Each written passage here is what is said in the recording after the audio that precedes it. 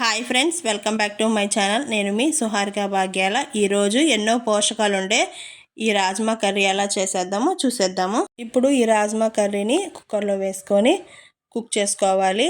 ఈ రాజ్మాని నేను నైటే నానపెట్టుకున్నానండి. రాజ్మా కర్రీ చేసుకోవాలంటే మనం ఓవర్ నైట్ వీటిని నానపెట్టుకోవాలి. ఇలా నానపెట్టుకున్న రాజ్మాని కుక్కర్లో వేసేసుకొని 1 గ్లాస్ వాటర్ పోసుకోవాలి. 1 స్పూన్ సాల్టు, 1 స్పూన్ కారము, 1/2 టేబుల్ స్పూను పసుపు కూడా యాడ్ చేసుకొని ఇలా 5 విజిల్స్ వచ్చే విధంగా ఈ రాజ్మాని కుక్ చేసుకోవాలి. రాజ్మా అనేవి 2 రకాలు ఉంటాయండి. నేనైతే చిన్న సైజు రాజ్మా బీన్స్ తీసుకున్నాను. ఇవి చేత్తో మనం స్ప్రెస్ చేస్తే ఈ విధంగా కుక్ అయిపోవాలి. ఇలా చూడండి, మెత్తగా ఈ విధంగా కుక్ అయిపోయాయి.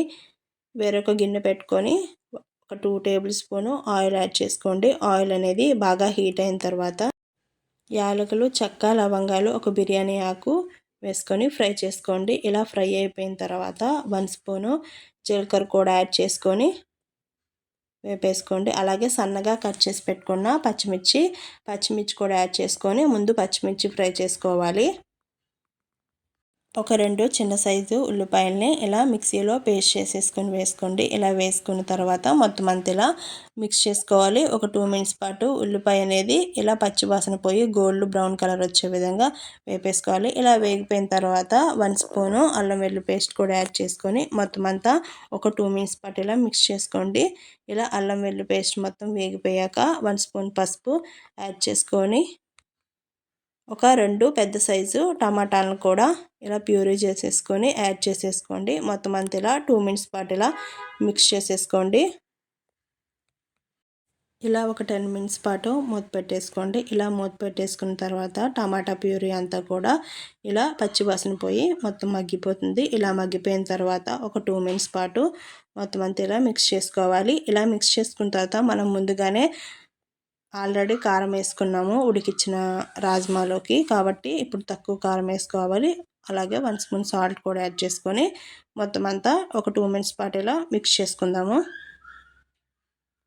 మనం ముందుగానే ఉడికించుకున్న ఈ రాజ్మాను కూడా ఇందులో యాడ్ చేసుకోవాలి. ఒక 2 మినిట్స్ పాటు మొత్తం అంతా వీటిని మిక్స్ చేసుకోవాలి.